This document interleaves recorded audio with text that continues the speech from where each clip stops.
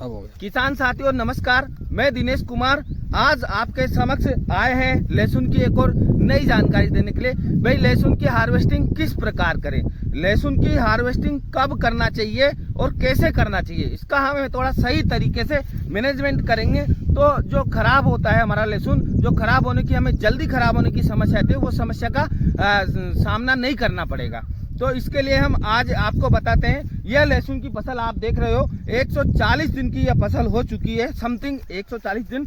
और आज आप देख रहे हो जैसे ही लहसुन में ये जो घुंडी आती है जिसे हम बोरी बोलते हैं, डोडी बोलते हैं, ये आ चुकी है इस लहसुन में। तो जब ये दिखने लगता है हमें 60 से 70% या 80%, तो उस समय हमें हमारे लहसुन की हार्वेस्टिंग करवाना चाहिए, या खुदाई करवाना चाहिए, या फिर उसे उखाड़ना चाहिए, है ना, ये हार्वेस्टिंग करवाना चाहिए।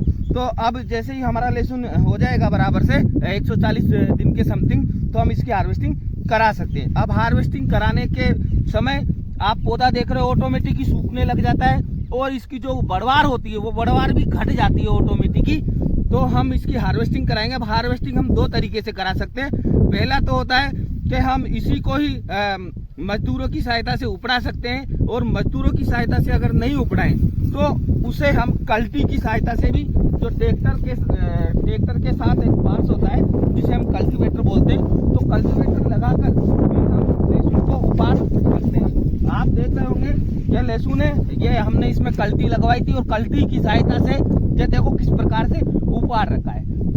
एक तो माध्यम ये हो गया, और एक माध्यम हो गया मजदूरों की सहायता से। तो मजदूरों की सहायता से हम इसे उपाड़ सकते हैं, और उपाड़ कर इस प्रकार से खेत में ढेरिया लगा देंगे, और इन ढेरियों को 8 से 10 दिन तक खेत में ही रहने देंगे, और ताकि ये जो इनका मॉइस्चर है वो मॉइस्चर ऑटोमेटिक कम हो जाएगा धूप के संपर्क में आने से, और यह लहसुन आपका सूखा हुआ हो जाएगा।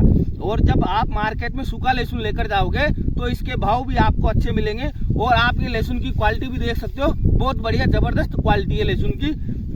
तो आप इसको ऐसे रख सकते हो, और 8 से 10 दिन बाद हम इसे सुखाने के बाद फिर हम इसका अगर भंडारण भी करना चाहें, या फिर वहीं पर खेत में भी कटाई करवा सकते हैं। अगर खेत में कटाई करवाना चाहे तो खेत में कटाई करवा सकते हैं, और भंडारण करवाना चाहे तो हम ऐसी हवादार जगह पर, जहां पर मतलब गर्मी ज्यादा नहीं रहती हो और वेंटिलेशन बढ़िया से हो, मतलब हवा का आवागमन होता रहे, जहां पर मतलब यूं मानो ज्यादा उमस ना होना चाहिए, उमस में क्योंकि लहसुन जल्दी खराब होता है। तो किसान साथियों इस प्रकार हम लहसुन की हार्वेस्टिंग कर सकते हैं। और लहसुन पे हमें ज्यादातर ये ध्यान रखना है कि जब हम लहसुन की हार्वेस्टिंग करवाते हैं तो हमें पानी लिमिटेड देना है। अगर बाद में हम पानी ज्यादा देंगे तो उससे जो ऊपर का जो ये बाहरी आवरण है लहसुन का, ये जो पर्दा है, ये पर्दा कमजोर हो जाता है, और पर्दा अगर कमजोर होगा तो आपके लहसुन की चमक सही नहीं रहेगी। क्योंकि मंडी में हम जो लेके जाते हैं तो लहसुन अगर चमक वाला लहसुन होगा और ठोस लहसुन होगा तो उसके हमें मार्केट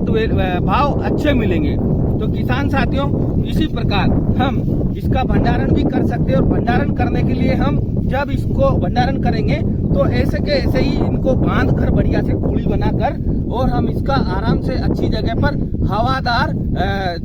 हवादार नम जगह पर हम इसे रख सकते हैं। तो किसान साथियों जो मैंने ये जो जानकारी बताई आपको अच्छी लगी होगी। किसान साथियों हमारा आपसे यही निवेदन है कि आप इस चैनल को ज्यादा से ज्यादा सब्सक्राइब करें और वीडियो को पूरा देखें, और हमारा जो वीडियो जो मैं आपको लहसुन के बारे में जो जानकारी बताई है मैंने, उसे आप ज्यादा से ज्यादा लाइक करें, शेयर करें और कमेंट करें। धन्यवाद किसान साथियों। किसान साथियों आज देखो हम आपको बताते हैं कि लहसुन की जो फसल है उसका अपने हार्वेस्टिंग बराबर से कर लिया। अब हार्वेस्टिंग करने के बाद क्या होता है, हल्का सा अपने को छोटी छोटी चीज़ों के ऊपर ध्यान देना होता है, जैसे फिनिशिंग होती है लहसुन की। तो अब मंडी में सभी लोग लहसुन लेके जा रहे हैं, पर अपन लोग क्या है कि फिनिशिंग पे बराबर से ध्यान नहीं देते। तो जैसे अभी ये लहसुन का जो तने का जो एक जो गांठ है, इसे अपन जो कंद बोलते हैं साइंटिफिक भाषा में, तो ये कंद है। अब इस कंद के ऊपर जो ये जड़ क्षेत्र होता है, इन जड़ों की हमें बराबर से सफाई करना चाहिए। अगर इसकी हम ऐसे सफाई करेंगे और इस पर ये एक भी जड़ नहीं रहेगी, और ये बराबर से जैसे मैं आपको दिखा रहा हूं, आप देख रहे होंगे अब यहाँ पर एक भी जड़ नहीं है, बराबर इसका कोई भी तंतु नहीं निकला। और जो इसका जो स्टेम का जो साइज होता है जो तने का, तो कहीं ना कहीं अगर 1 इंच 1.5 इंच तक हम इसका साइज रखेंगे तो इसका साइज रखने से क्या है, हमारे जो लहसुन के जितने भी जो कंद होंगे, जो गाठिया बोलते हैं जिसको हम, उस गाठे की साइज अच्छी आएगी, और साइज अच्छी आएगी। और इसका ऊपर से अगर ये छिलका हम हटा देते हैं तो बराबर से, अब ये लहसुन क्या है, बॉक्स माल की क्वालिटी बन चुकी है, ये बॉक्स माल बन चुका है लहसुन। और इसकी सफेदी देखो आप, और इसकी साइज देखो तने की बराबर से, और ये मूंछों के यहाँ से भी देखो, तो इसमें सफाई अच्छी आ रही है। अगर हम इस प्रकार से सफाई करके लहसुन को मंडी में ले जाएंगे कहीं ना कहीं, तो उससे हमें क्या है, थोड़ा जो हमारी आय है, जो इसका मतलब जो बाजार मूल्य है, वो बाजार मूल्य हमें अच्छा मिलेगा। तो हमारा किसान साथियों से यही कहना है कि आप लोग क्या है, लहसुन को बराबर से सफाई करके ले जाएं। अगर सफाई करके ले जाएंगे तो हमें 2 पैसे का ज्यादा फायदा होगा। और एक और दूसरी बात होती है कि जैसे इस बार कहीं ना कहीं जो लहसुन की पैदावार निकली है, तो पैदावार कहीं ना कहीं पैदावार उतनी नहीं निकली जितने और साल की अपेक्षा एवरेजन नहीं निकल पा रही। तो कहीं ना कहीं जैसे और साल की अपेक्षा क्या होता था कि लहसुन का जो कंद का जो साइज है वो अच्छा था, बल्ब का जो साइज रहता था वो फुल गोला माल रहता था। लेकिन इस बार क्या है, फुल गोला माल कहीं ना कहीं हो नहीं रहा। और बारीक जैसे आप देख रहे हो, ये ढेर लगा हुआ है, ये अंटियों की संख्या ज्यादा है, मीडियम माल ज्यादा है। तो अब हम, ये मीडियम माल है, तो हम इसको क्वालिटी कैसे बनाएं? तो हम इसे मंडी में जो ले जाते हैं तो इसकी हमें 3 श्रेणियां बनाना चाहिए।